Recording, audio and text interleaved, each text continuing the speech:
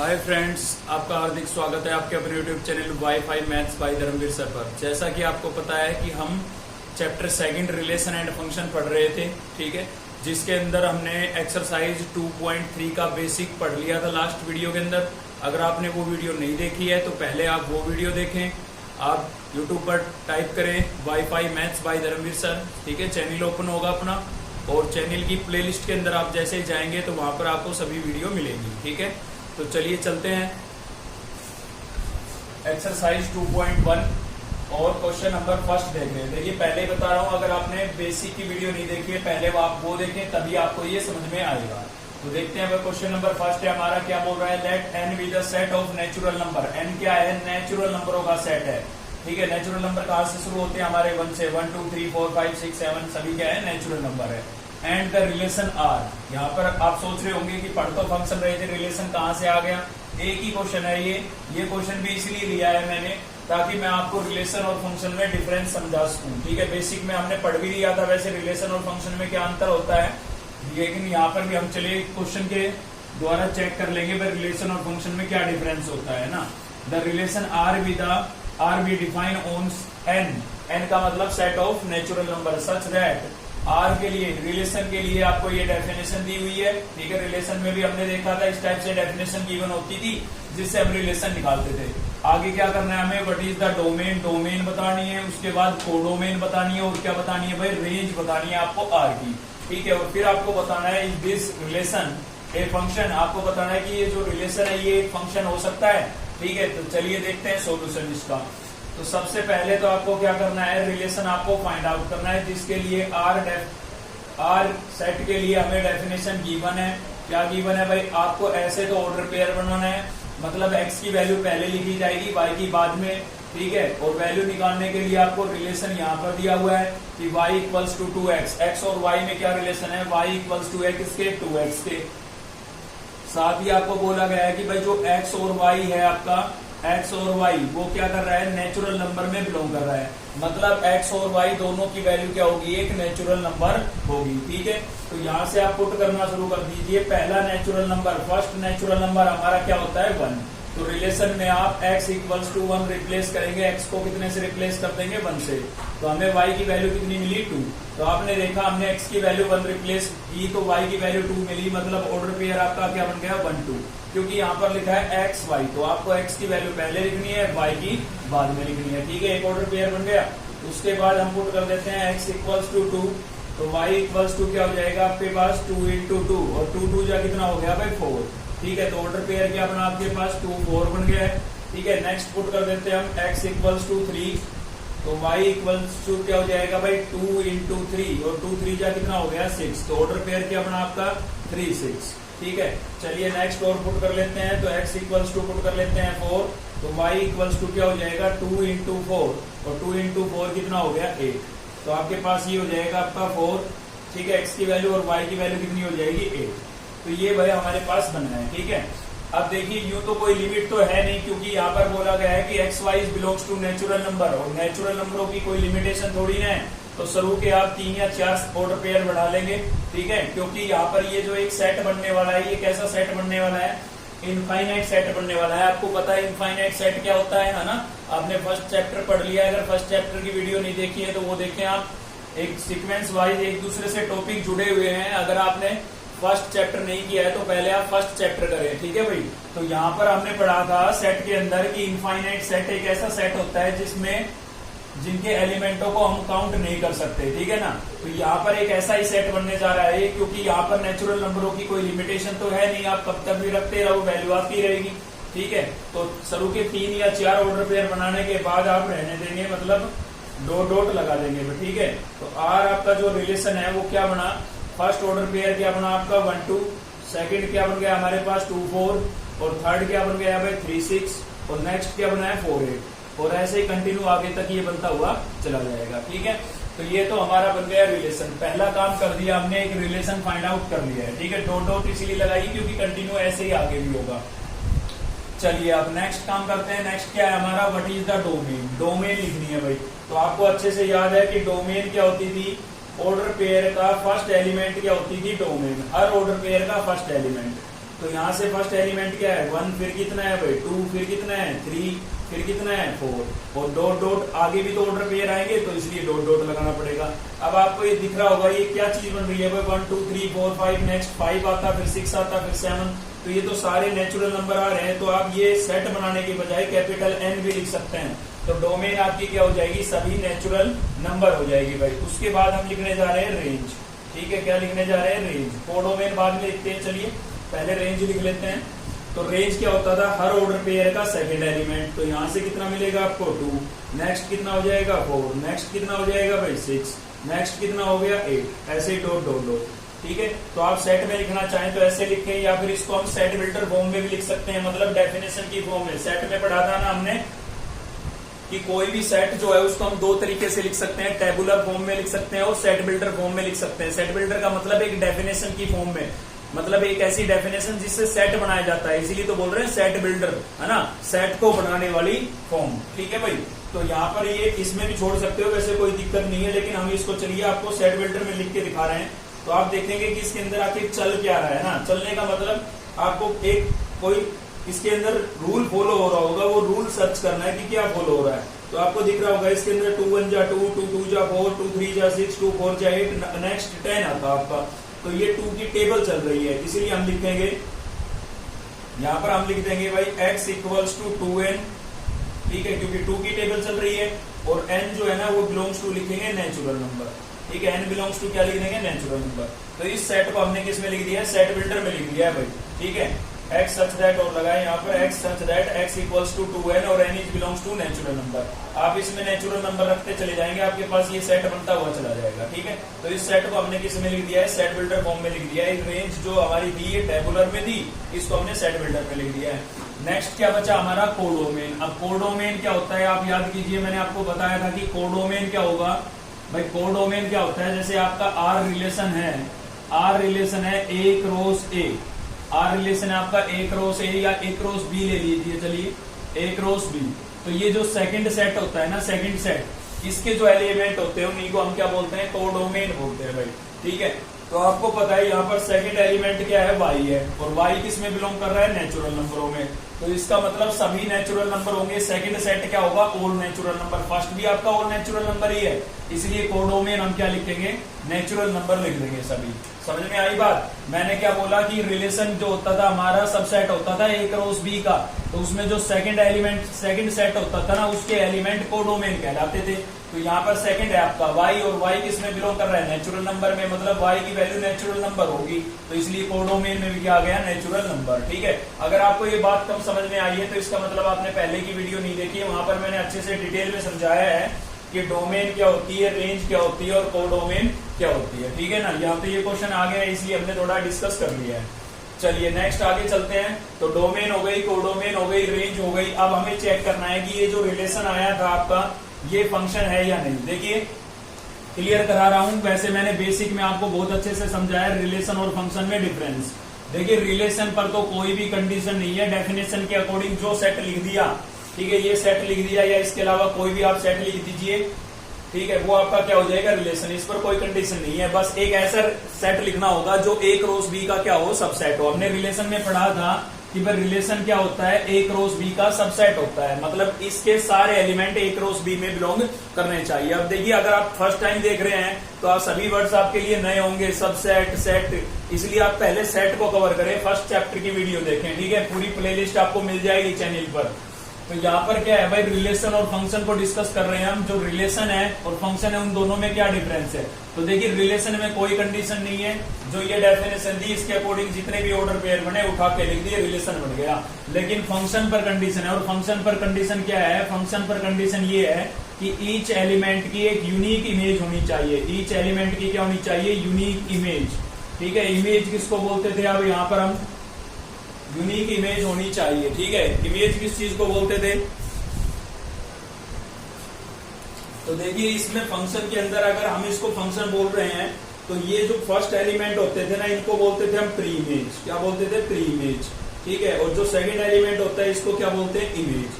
अगर मैं इसका वेन डायग्राम आपको बना के बताऊं, मान लीजिए आपके पास ये ए सेट है, इसमें आपके पास है 1 2 3 4 5 6 और डॉट डॉट कर दिया मैंने, क्योंकि नेचुरल नंबर बोला था ना ये। ऐसे ही आपका जो बी सेट है उसमें मैं लिख देता हूं 1 2 3 4 5 6 7 8 और डॉट डॉट कर देता हूं भाई, ठीक है। तो हम वेन एरो डायग्राम बना रहे हैं, क्या बना रहे हैं, ये एरो डायग्राम, ठीक है। तो जब भी आपको कंफ्यूजन हो कि भाई समझ में नहीं आ रहा ये रिलेशन है, मतलब फंक्शन है या नहीं है, तो एरो डायग्राम बना के देख लिया करो, सबसे बेस्ट तरीका है। तो देखिए 1 का 2 के साथ रिलेशन है तो आप दिखा देंगे 1 2 के साथ हो गया रिलेटेड, 2 4 से रिलेटेड है तो 2 को आप 4 से रिलेटेड दिखा देंगे, ठीक है। 3 6 से रिलेटेड है तो 3 को 6 से रिलेटेड दिखा देंगे। उसके बाद 4 8 से रिलेटेड है तो 4 8 से रिलेटेड दिखा देंगे, ठीक है। अब बाकी के एलिमेंटों के लिए हमने बनाया नहीं था, वरना इनकी भी इमेज मिलती, ठीक है। भाई फिलहाल मैं इनको हटा देता हूँ, डॉट डॉट में कवर हो जाएंगे, क्योंकि हमने केवल फर्स्ट 4 सेट निकाले थे ना। ऐसे आप 5 के साथ निकालते तो यहाँ पर 5 रिप्लेस करते हैं हम, 5 2 10 तो इधर 10 के साथ उसका ऑर्डर पेयर बन जाता, ठीक है। तो यहाँ पर कोई भी एलिमेंट फ्री नहीं होना चाहिए, सभी की एक यूनिक इमेज होनी चाहिए। यूनिक मतलब प्रत्येक की एक एक इमेज। तो देखिए 1 की 2 के 2 इमेज हो गई, 2 की 4 हो गई, 3 की 6 हो गई, 4 की 8 हो गई है, ठीक है। तो यूनिक इमेज है और इधर कोई एलिमेंट फ्री नहीं होना चाहिए। मैंने बेसिक में बहुत अच्छे से आपको समझाया है ये चीज कि किसी भी रिलेशन को हम फंक्शन कब बोलेंगे। तो आप देख सकते हैं इधर के सभी एलिमेंट की इमेज है और वो भी यूनिक है, केवल एक एक है, ठीक है। और कोई भी एलिमेंट यहाँ पर फ्री नहीं है ना, और ऐसा भी नहीं है कि एक सिंगल एलिमेंट की डबल हो, तो यूनिक है सभी की। तो केवल कंडीशन क्या है कि ईच एलिमेंट की यूनिक इमेज होनी चाहिए। तो आप देख सकते हैं सभी की यूनिक इमेज है, मैंने एरो डायग्राम से भी आपको बताया। तो इसका मतलब हम बोल सकते हैं यहाँ पर yes given relation is a function since each natural number have a unique image, ठीक है।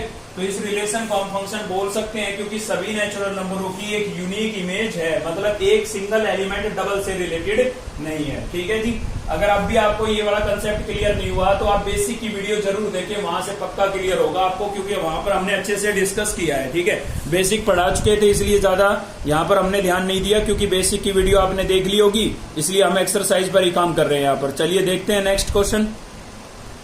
चलिए देखते हैं सेकंड क्वेश्चन है हमारा, और इससे भी अब भी आपका अगर रिलेशन फंक्शन में डाउट बचा हुआ है ना तो इस क्वेश्चन से क्लियर हो जाएगा, इसीलिए हमने ये क्वेश्चन लिया है, ठीक है।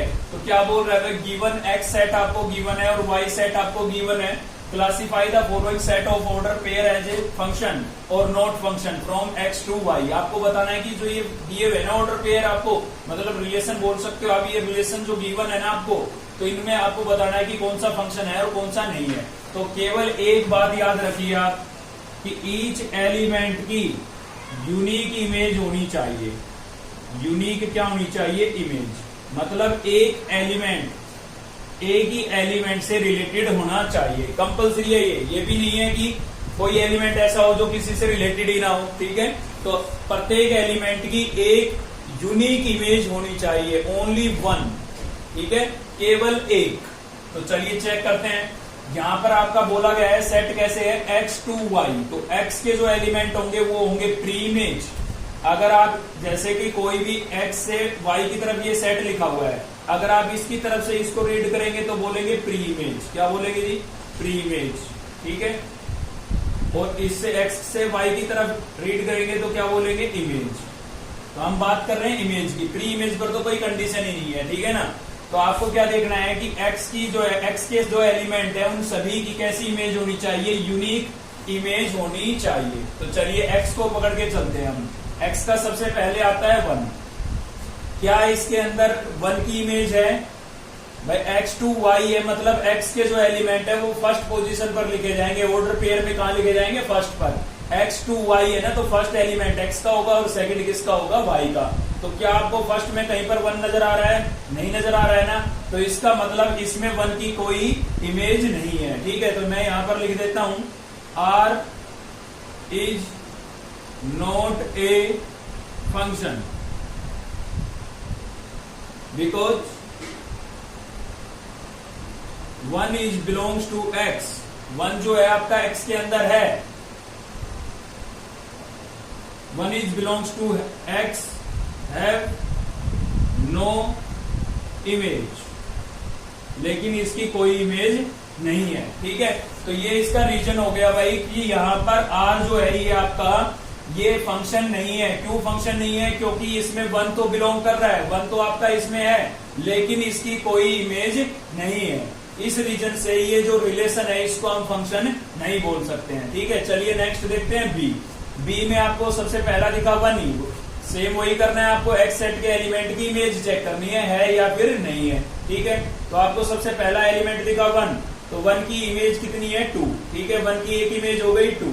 फिर नेक्स्ट आपको 2 दिख रहा है, 2 की इमेज क्या हो गई 4। ऐसे नेक्स्ट दिख रहा है 3, 3 की इमेज भी है भाई 6। ठीक है, उसके बाद नेक्स्ट दिख रहा है 4, 4 की भी इमेज है 8। तो आप देख सकते हैं इन सभी एलिमेंट की एक यूनिक इमेज है, मतलब एक से ज्यादा भी नहीं है, होनी भी नहीं चाहिए। एक से ज्यादा हो गई तो उसको हम फंक्शन ही नहीं बोल पाएंगे। ठीक है ना, यूनिक लिखा हुआ है तो सभी एलिमेंट की एक एक इमेज है, यानी कि इस रिलेशन को हम फंक्शन बोल सकते हैं। ठीक है, तो यहां पर बोलेंगे हम R is a function because each element have unique image। ठीक है, तो ये इसका रीजन हो गया कि सभी एलिमेंट की एक यूनिक इमेज है, इसलिए हम इस रिलेशन को फंक्शन बोल सकते हैं। चलिए नेक्स्ट देखते हैं सी। सी में भी सेम वैसे ही करना है आपको। 1 की इमेज है, बिल्कुल है भाई 4। 2 की इमेज है, बिल्कुल है 4। ठीक है, नेक्स्ट है आपका 3 की इमेज है, 3 की इमेज नहीं है। 3 की इमेज नहीं है तो इसका मतलब ये रिलेशन फंक्शन नहीं है। तो R is not a function. क्यों नहीं है भाई? रीजन क्या होगा? क्योंकि 3 जो है वो x में बिलोंग कर रहा है, x के अंदर बिलोंग कर रहा है, लेकिन इसकी कोई इमेज नहीं है। ठीक है, इसकी कोई इमेज नहीं है। ठीक है, इस रीजन से ही आपका जो रिलेशन है ये फंक्शन नहीं होगा। चलिए नेक्स्ट चेक करते हैं। तो यहाँ पर भी सेम 1 की इमेज है, 2 की भी इमेज है, 3 की भी इमेज है, 4 की भी इमेज है। ठीक है, तो ये आपका जो रिलेशन है ये फंक्शन होगा। ठीक है, क्लियर है, क्योंकि सभी की यूनिक इमेज है। एक एग्जांपल मैं अपनी तरफ से और दे देता हूं आपको। ये मैंने आपको एक रिलेशन दे दिया, ये 1 2, यहां पर दे देता हूं 2 5। ठीक है, और फिर मैं दे देता हूं 2 7, और फिर मैं दे देता हूं 3 8। आप बताएं कि ये रिलेशन फंक्शन है या नहीं। बिल्कुल, ये एग्जांपल देखने के बाद आपका पूरा डाउट क्लियर है। इतना तो आप समझ चुके हैं कि सभी एलिमेंट की एक यूनिक इमेज होनी चाहिए। यूनिक है ना, तो वो यूनिक ही डिस्कस कर रहे हैं कि यूनिक क्यों बोल रहे हैं हम बार बार, वही डिस्कस कर रहे हैं। तो आप यहाँ पर देखेंगे कि 1 की इमेज है 2 की इमेज कितनी है 5, और 2 की इमेज कितनी है 7। तो ये भी 2 की इमेज है 5। ठीक है, और ये भी किसकी इमेज है 2 की। तो क्या यूनिक रही? 2 की तो 2 इमेज होगी ना, एक तो 5 हो गई और दूसरी क्या हो गई 7। तो ये आपका रिलेशन फंक्शन नहीं है। किस वजह से? क्योंकि यूनिक इमेज नहीं है। ठीक है, बिल्कुल आप सही सोच रहे हैं कि 4 भी नहीं लिखा, वो मैंने लिखा नहीं, मैं केवल आपको ये चीज समझाना चाह रहा था। लिखना चाहें तो आप लिख लें, 4 to 9 लिख दिया, ये लीजिए। ठीक है, तो 1 की भी इमेज है, 3 की भी है, 4 की भी है, लेकिन 2 की इमेज तो है लेकिन यूनिक नहीं है, डबल आ गई, इसीलिए हम इसको फंक्शन नहीं बोल सकते। ये आपका फंक्शन नहीं होगा। ठीक है, तो ये बातें हैं। यूनिक का मतलब यही था कि एक से ज्यादा इमेज नहीं होनी चाहिए। अब आप कहोगे कि इसका रीजन क्या है, किस रीजन से नहीं होनी चाहिए? तो एक छोटा सा एग्जांपल और दे देता हूं। एफ एक्स इक्वल्स टू आपके पास मान लीजिए 2x + 3 है भाई।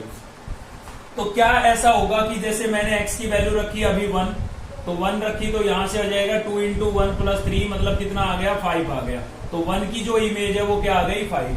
क्या अब ऐसा होगा कि मैं फिर से इसमें 1 रखूं और कोई और वैल्यू आए? नहीं हो सकता ना। तो वही तो बात है कि 2 पहले रखा तो 5 आया, चलो मान लिया आपने, लेकिन फिर से 2 रखा तो 7 कैसे आ सकता है? क्लियर है? बिल्कुल क्लियर हो चुका होगा अब आपका ये डाउट। चलिए देखते हैं नेक्स्ट क्वेश्चन। तो नेक्स्ट देख रहे हैं भाई, क्वेश्चन नंबर 4 है हमारा। ठीक है, let f be the function defined by the rule f(x) = 4x² + 2x - 3। ये आपको कोई फंक्शन गिवन है, आपको करना क्या है? फाइंड करना है f2, f-1 और एफ ए और साथ ही एफ ऑफ 1, ठीक है, ये आपको फाइंड आउट करना है। तो सबसे पहले तो हम लिखेंगे अपना गिवन फंक्शन, जो फंक्शन हमें दिया हुआ है। तो हमें एफ एक्स इक्वल्स टू क्या गिवन है, एफ एक्स इक्वल्स टू हमें गिवन है यहाँ पर 4x² प्लस 2x और माइनस क्या गिवन है 3, ठीक है। तो सबसे पहला काम है हमारा, हमें क्या निकालना है, f2 की वैल्यू निकालनी है। किसकी वैल्यू निकालनी है, f2 की। साफ दिख रहा है आपको f2, है ना। तो इसको आप कंपेयर कराएं, देखिए x की जगह किसने ले ली है, 2 ने, मतलब x की जगह क्या रिप्लेस करना पड़ेगा, हमें 2 रिप्लेस करना पड़ेगा। बहुत इजी है, ठीक है। x की जगह क्या रिप्लेस करना पड़ेगा, x को किससे रिप्लेस करना है, 2 से रिप्लेस करना है। तो कर देते हैं, देखिए यहाँ पर x था, 2 रिप्लेस कर दिया, सेम यहाँ पर भी x था तो 2 रिप्लेस कर दिया, और माइनस में क्या था 3। यहाँ पर x को 2 से रिप्लेस, यहाँ पर भी x को 2 से रिप्लेस। तो चलिए सिंप्लीफाई कर लेते हैं, 4 2 का स्क्वायर करेंगे, 2 2 जा 4, 2 2 जा 4 और माइनस 3। तो यहाँ पर क्या हो जाएगा, 4 4 जा 16 प्लस 4 और माइनस कितना हो गया है 3 भाई। 16 प्लस 4 कितना हो गया 20 माइनस 3, 20 माइनस 3 कितना बचेगा 17। तो एक आंसर आपके पास ये आ गया, ठीक है। चलिए नेक्स्ट देखते हैं, नेक्स्ट है हमारा f ऑफ -1। आपको किसकी वैल्यू निकालनी है, f ऑफ -1 की। तो फिर से कंपेयर करा लीजिए, x की जगह आपकी बार किसने ले ली है, -1 ने, मतलब इस फंक्शन में आपको x को किससे रिप्लेस कर देना है, -1 से रिप्लेस कर देना है। तो कर देते हैं, देखिए -1 का स्क्वायर प्लस 2 इंटू -1 और माइनस में क्या था 3। जहां भी x था वहां पर मैंने -1 रिप्लेस कर दिया है। तो यहां से हमें मिला 4 -1 का स्क्वायर करेंगे क्या आएगा, प्लस का 1। क्यों भाई, क्योंकि -1 इंटू -1, 1 को 1 से मल्टीप्लाई करेंगे 1, और माइनस माइनस क्या होता है, प्लस होता है, इसलिए प्लस का 1। प्लस का साइन लगाना कोई जरूरी नहीं होता, ठीक है। और प्लस 2 को -1 से मल्टीप्लाई करेंगे क्या आएगा, माइनस का 2। प्लस माइनस क्या होता है, माइनस होता है, और माइनस कितना हो गया 3। तो यहाँ पर 4 1 जा 4, माइनस कितना हो गया 2, और माइनस में कितना हो गया 3। माइनस का 2 और माइनस का 3 कितना हो जाएगा, माइनस का 5, ठीक है। ये प्लस का नंबर है, ये माइनस का, तो प्लस माइनस क्या होगा, -5 में से 4 को माइनस करेंगे कितना बचेगा 1। ज्यादा किसके हैं, माइनस के, तो माइनस का 1 बचेगा, ठीक है। चलिए नेक्स्ट देखते हैं हम, नेक्स्ट है हमारा क्या निकालना है, हमें f ऑफ a निकालना है। तो फिर से आप कंपेयर करा ले, फिर से कंपेयर करा लेते हैं हम। x को किससे रिप्लेस कर देंगे, यहाँ पर क्या x की जगह आपको क्या दिख रहा है भाई, a दिख रहा है, मतलब x को किससे रिप्लेस कर देंगे आप, a से रिप्लेस कर देंगे। तो चलिए यहाँ पर हो जाएगा आपका 4, x को रिप्लेस कर देते हैं a से, और इसका क्या था होल स्क्वायर, प्लस क्या हो जाएगा आपका 2 इंटू x को यहाँ पर भी किससे रिप्लेस कर देंगे, a से, और माइनस क्या हो गया 3। जहां भी आपको x नजर आ रहा था वहां पर हमने a रिप्लेस कर दिया है, ठीक है। तो यहाँ पर क्या हो जाएगा, 4a का स्क्वायर करेंगे क्या हो जाएगा भाई, a स्क्वायर प्लस 2 को a से मल्टीप्लाई करेंगे 2a, और माइनस में क्या हो जाएगा 3। तो यहाँ पर इससे ज्यादा इसको हम सिंप्लीफाई नहीं कर सकते हैं, ठीक है ना, डिफरेंट टर्म्स हैं सभी, तो इनको ऐड सब्ट्रैक्ट तो कर नहीं सकते। तो यही आपका आंसर हो जाएगा, ठीक है। एक आंसर यहाँ पर हो गया था, देखिए काफी सारे आंसर होते जा रहे हैं हमारे, है ना। चलिए नेक्स्ट देखते हैं, ये थोड़ी सी हटकी चीज है, देखिए। तो f ऑफ 1 की वैल्यू आपको निकालनी है, मतलब पहले आपको फंक्शन की वैल्यू 1 पर निकालनी है, और फिर इसकी जो वैल्यू आएगी उस पर फिर से फंक्शन की वैल्यू निकालनी है। तो हम कैसे करेंगे, सबसे पहले तो हम ब्रैकेट को सोल्व करेंगे, और ब्रैकेट में आपको क्या नजर आ रहा है, f ऑफ 1। तो पहले आप क्या निकालेंगे, f ऑफ 1 निकालेंगे भाई, ठीक है। तो सबसे पहले हम निकालेंगे f ऑफ 1, अंदर का, ब्रैकेट के अंदर का। तो f ऑफ 1 कैसे निकालेंगे, आप कंपेयर कराएं फिर से, x की जगह क्या आ गया है, 1 आ गया है। तो इसमें आप x को किससे रिप्लेस कर देंगे, 1 से। तो 4 इंटू 1 का स्क्वायर प्लस क्या हो जाएगा आपके पास 2 इंटू एक्स को यहाँ पर भी 1 से रिप्लेस कर देंगे, और माइनस में आपका कितना हो जाएगा 3। तो यहाँ पर 4 1 का स्क्वायर करेंगे 1, 2 को 1 से मल्टीप्लाई करेंगे 2, और माइनस में कितना हो जाएगा 3। 4 को 1 से मल्टीप्लाई करेंगे 4 प्लस 2, और माइनस कितना हो गया भाई 3। तो आप यहाँ पर देख सकते हैं, प्लस का 4 प्लस का 2 कितना हो गया, प्लस का 6, और माइनस में कितना था 3। तो 6 माइनस 3 करेंगे कितना आएगा, 3 आएगा। तो आप देख सकते हैं कि फंक्शन की 1 पर वैल्यू हमारी कितनी आ गई, 3। अब चलिए इसको कंप्लीट को निकालते हैं। तो यहाँ पर था हमारे पास f ऑफ 1, है ना, ये था भाई। चलिए तो f ऑफ, इसकी वैल्यू हम निकाल चुके हैं, कितनी आई है 3 आई है। तो इसकी जगह मैं क्या रिप्लेस कर सकता हूँ, 3 रिप्लेस कर सकता हूँ, ठीक है। इसकी जगह मैंने क्या रिप्लेस कर दिया 3, क्योंकि इसकी वैल्यू मेरे पास 3 आई थी। अब इससे आप क्या समझ रहे हैं, फिर से कंपेयर करा लें। f की जगह फिर से किसने ले ली अब की बार, 3 ने। तो आप इसमें x को किससे रिप्लेस कर देंगे, 3 से।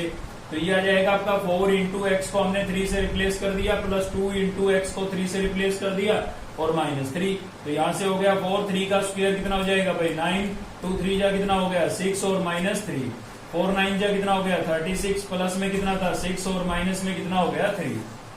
ठीक है, प्लस प्लस के ऐड कर लेते हैं, 36 प्लस 6 कितना हो जाएगा 42 हो जाएगा। ठीक है, और माइनस में कितना है 3, तो 42 में से 3 को माइनस करेंगे कितना बचेगा भाई हमारे पास 39 नहीं बच जाएगा प्लस का। ठीक है, प्लस के ज्यादा थे तो एक आंसर आपका ये हो गया है। ठीक है, तो समझ में आया आपको। पहले ब्रैकेट के अंदर की चीज को अलग से आप सोल्व कर लें और फिर उसकी वैल्यू रिप्लेस करके फिर से फंक्शन की वैल्यू निकाल लें। बहुत इजी क्वेश्चन था। चलिए देखते हैं नेक्स्ट क्वेश्चन।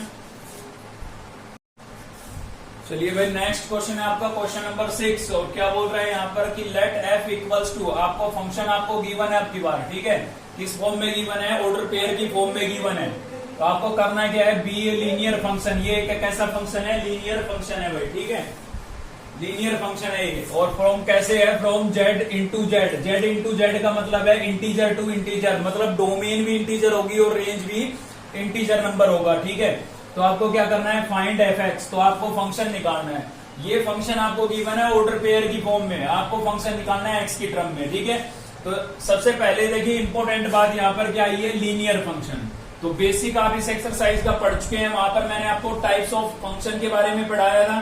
ठीक है, तो लीनियर फंक्शन होता क्या है, तो ये चीज आपको थोड़ी ध्यान देनी है। लीनियर फंक्शन कैसा होता है, देखिए लीनियर एक ऐसा फंक्शन होता है जिसमें वेरिएबल की जो डिग्री है ना वो कितनी रहे, 1 होनी चाहिए। वेरिएबल की डिग्री कितनी होनी चाहिए, 1।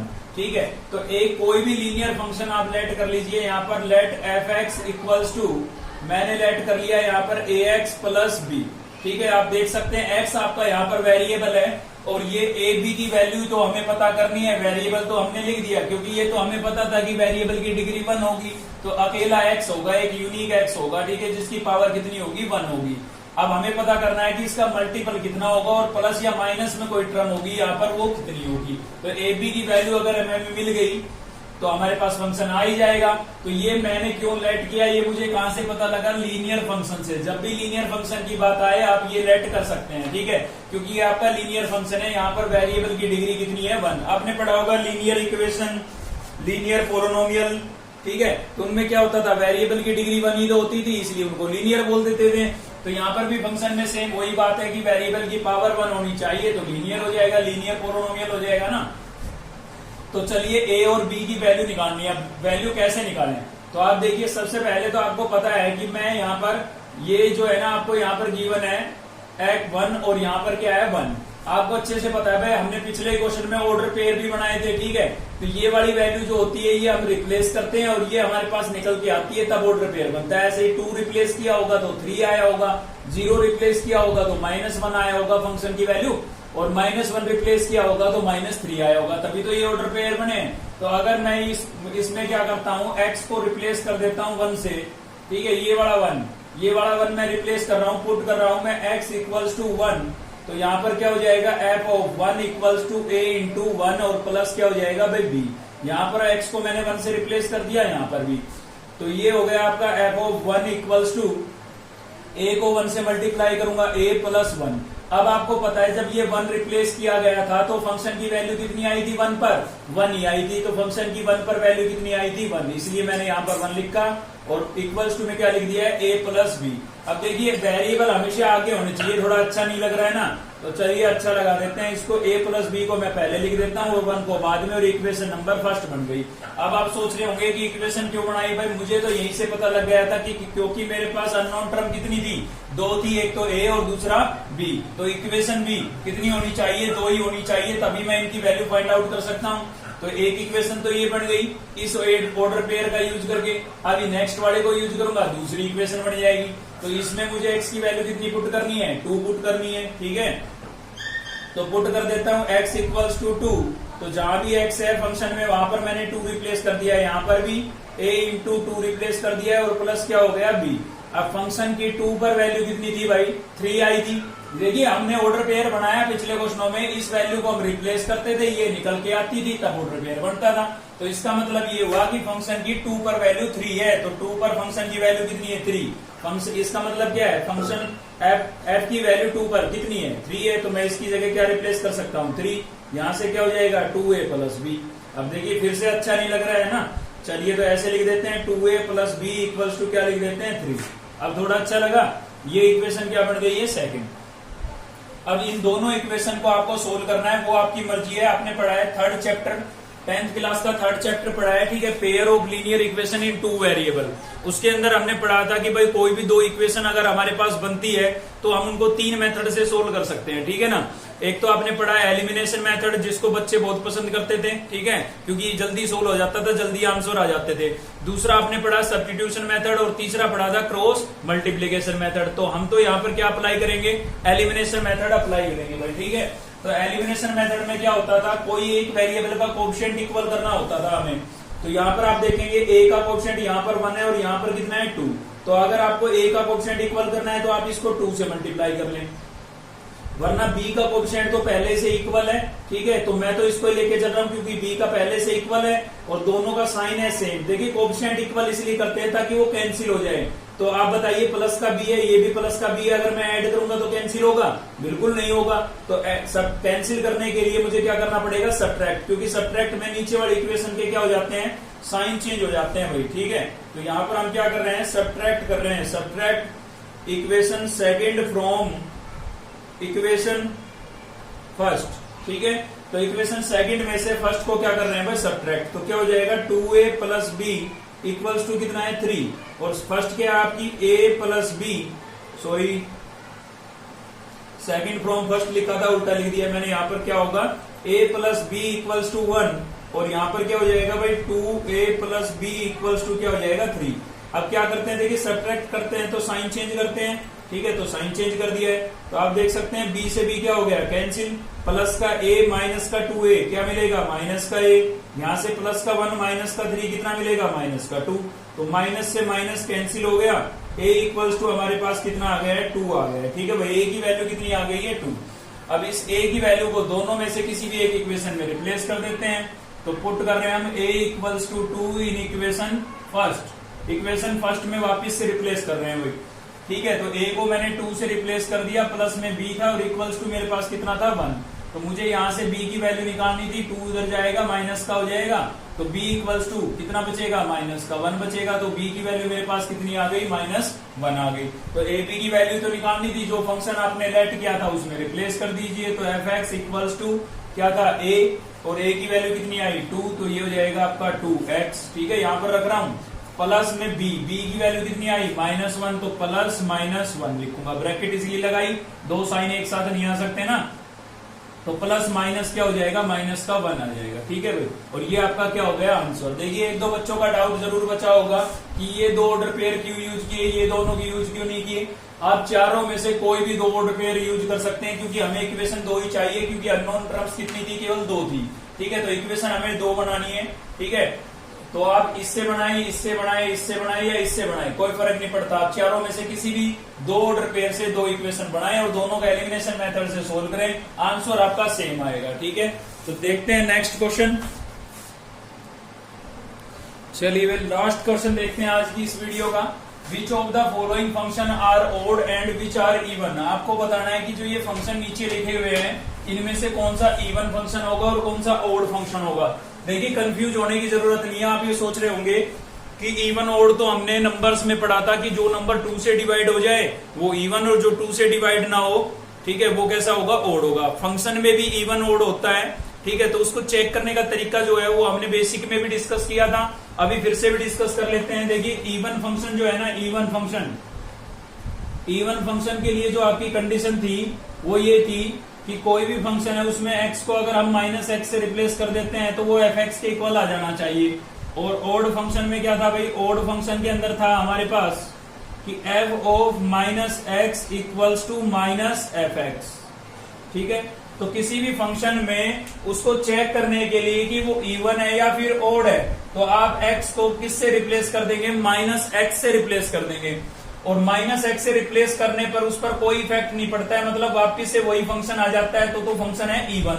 अगर उसमें से माइनस कॉमन होने के बाद सेम आता है तो कैसा फंक्शन होगा, ओड होगा। ठीक है, और सीधी बात भी बताऊं कि इवन से पता लग रहा है कि पावर कैसी होनी चाहिए, इवन होनी चाहिए। तो आप फंक्शन को देख के भी बता सकते हैं, जिसकी पावर इवन होगी वो इवन, और जिसकी पावर ओड होगी वो ओड होगा। ठीक है, जिसकी पावर कैसी हो, ओड हो, वो ओड फंक्शन होगा। लेकिन जब सोल्व करने की बात आती है तो वहां पर आपको सोल्व करके ही बताना पड़ेगा। देखिए इसमें हम चेक कर सकते हैं, ऑब्जेक्टिव के लिए बता रहा हूं आपको ये बातें मैं।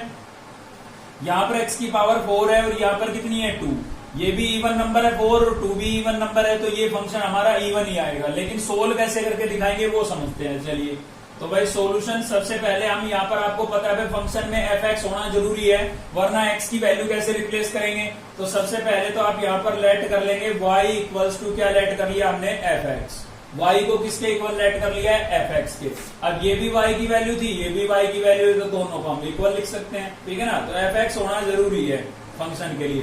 तो 3x raise to power 4 minus 5x square plus 6। अब चेक करने का तरीका क्या था, x को किससे रिप्लेस कर दो, माइनस x से। इसमें जहां भी आपको x नजर आ रहा है उसको माइनस x से रिप्लेस कर दीजिए आप। तो 3 into minus X whole raise to power 4 minus 5x raise to minus x raise to power 2 और प्लस 6। आपको दिख रहा होगा जहां भी x था मैंने उसको किससे रिप्लेस कर दिया है, माइनस x से। 3 आपका एज टी है, x की पावर 4 करता हूं तो कितना आएगा, x की पावर 4 ही आएगा। और माइनस को 4 टाइम्स आप मल्टीप्लाई करेंगे, माइनस को 4 टाइम्स मल्टीप्लाई करेंगे तो देखिए माइनस माइनस प्लस, ये माइनस माइनस प्लस, और प्लस प्लस क्या होगा, प्लस। या फिर सीधी बात है, इवन नंबर आ रहा है तो हमेशा पॉजिटिव होगा, ओड नंबर आएगा तो नेगेटिव होगा। ठीक है, तो यहां से क्या हो जाएगा, -5 और सेम ये आपका क्या हो जाएगा, x स्क्वायर हो जाएगा प्लस का, क्योंकि माइनस इंटू माइनस क्या होगा, प्लस होगा। भाई पावर 2 थी ना, तो माइनस को भी तो 2 टाइम्स मल्टीप्लाई करेंगे।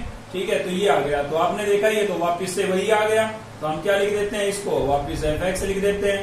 तो हमने नोट किया भाई, हमने किसकी वैल्यू निकालनी थी, f ऑफ माइनस एक्स की, और वापिस हमारा क्या आ गया था, fx।